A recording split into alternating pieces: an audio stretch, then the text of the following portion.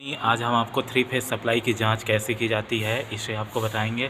तो इससे पहले हमने कुछ सर्किट बना के रखा है, आपको उसे देखना है और समझना है। तो आप यहां पर देख सकते हैं, जब भी आप 3 फेज़ सप्लाई की जांच करें तो आपको यहां पर 2 लैंप, ये फर्स्ट लैंप हो गया, सेकेंड लैंप, दोनों को सीरीज में कनेक्शन करना है और आपको चेक करना है। तो इस टेस्ट को करते समय आपको विशेष ध्यान देना है कि जो आपका लैंप है ये समान वाटेज का होगा।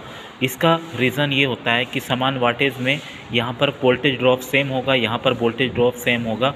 तो ये आप 3 फेज़ सप्लाई की जांच इजी टेक्निक से आप कर सकते हैं। जैसे कि ये 415 वोल्ट है, अगर ये लैंप रेजिस्टिव है तो इसका आपका यहाँ पर का हाफ बुक का वोल्टेज ड्रॉप होगा, यहाँ पर का हाफ का वोल्टेज ड्रॉप। जैसे कि आपको यहाँ पर L1 का रेजिस्टेंस निकालना है, तो L1 लैंप 1 होता है, तो इसका रेजिस्टेंस R इक्वल टू होता है V²/P। तो V हमारा यहाँ पर वोल्टेज की रेटिंग क्या है, यहाँ पर लैंप की 250 मल्टीप्लाई बाई P हमारा 100 वाट। इसे मल्टीप्लाई करेंगे तो आपको ये 625 इसका ओम का रेजिस्टेंस निकलेगा। इसी तरह L2 लैंप का रेजिस्टेंस R2 निकालेंगे तो V²/P करेंगे, तो यहाँ पर 250 मल्टीप्लाई 250 डिवाइडेड यहाँ पर 100 का ये हो गया। तो यहाँ पर इसका भी रेजिस्टेंस 625 ओम ये हो गया। अब टोटल ये क्या है, एक प्रकार का सीरीज सर्किट है, तो यहाँ पर टोटल रेजिस्टेंस हमारा R1 प्लस R2 हो जाएगा, तो 625 प्लस 625 हो जाएगा। तो ये हमारा 510 और ये 3 5 1250 ओम के अक्रॉस टोटल इसका रेजिस्टेंस होगा। अब यहाँ पर आपको ओम के नियम से I इक्वल टू V/R, तो V यहाँ पर टोटल 415 वोल्ट है और रेजिस्टेंस हमारा टोटल 1250 ओम है। तो यहाँ पर इसका करेंट होता है 0.332 एम्पियर होता है। अब आपको यहाँ पर का वोल्टेज का ड्रॉप निकालना है, V1 के अक्रॉस कितना वोल्टेज का ड्रॉप होगा V2 के अक्रॉस। तो आप ओम के नियम से V बराबर I यहाँ पर कांस्टेंट होगा, क्योंकि ये सीरीज सर्किट है, तो ये R1 हो गया। तो 0.332 मल्टीप्लाई R1 का रेजिस्टेंस आप देख सकते हैं 625 ओम। तो यहाँ से आप कैलकुलेट, यहाँ पर हो गया 207.5, यहाँ पर 2705 वोल्ट का ड्रॉप होगा जो आपका V1 के क्रॉस। V2 में भी आपका IR1 होगा, तो I सेम करेंट होगा, सीरीज है, और रेजिस्टेंस भी इसका 625, तो यहाँ पर भी 207.5 वोल्ट का ड्रॉप होगा। तो अगर आप इस टाइप के सर्किट में 2 लैंप का समान वाट से करेंगे तो यहाँ पर वोल्टेज ड्रॉप सेम होगा, जिससे आपका ये टेस्ट पता चलेगा कि आपकी 3 फेज़ सप्लाई कैसे चेक की जा सकती है। तो इस तरह आप 3 फेज़ सप्लाई की ऐसे जांच कर सकते हैं समान वाटेज का।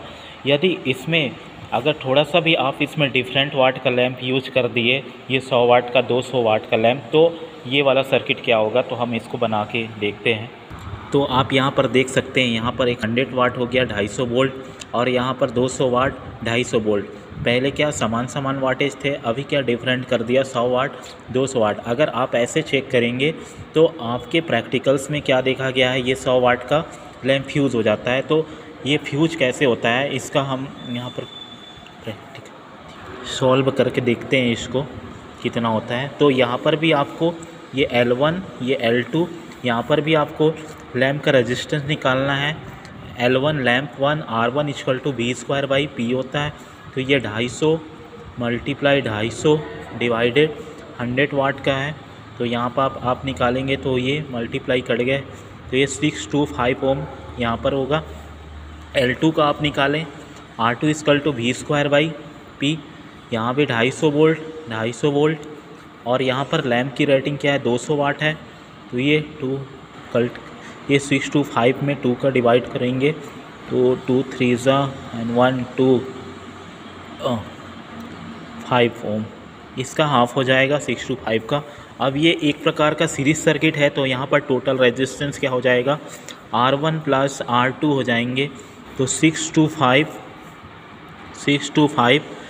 प्लस 312.5 इसको ऐड कर देंगे तो ये 6 9 आपके, तो 3937.5 इसका टोटल रेजिस्टेंस हो जाएगा। फिर से आपको ओम का नियम लगाना है, I = V/R। तो V टोटल आप यहाँ पर 415 वोल्ट में चेक कर रहे हैं, तो 415 डिवाइडेड R की वैल्यू 937.5 ओम। तो यहाँ से आप करंट निकाल, तो इसको हल करेंगे तो यहाँ पर 0.44 एम्पियर का करंट फ्लो होता है। अब आपको यहाँ पर इसका वोल्टेज का ड्रॉप V1 और यहाँ पर वोल्टेज ड्रॉप V2 चेक करना है।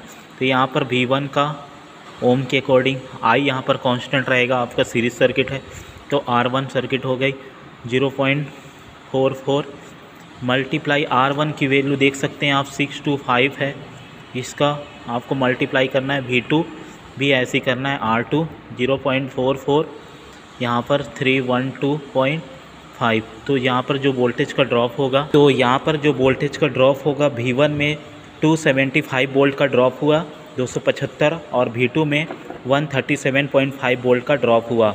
तो अर्थात V1 is greater than V2। तो आपका ये जो 100 वाट का लैंप होगा ये फ्यूज़ हो जाएगा पहले। तो इस तरह आप कभी भी 3 फेस में डिफरेंट वाटेज के लैंप यूज़ नहीं करेंगे। जब भी चेक करना है आपको समान वाटेज का और समान वोल्टेज रेटिंग का ही करना है। Okay, thank you.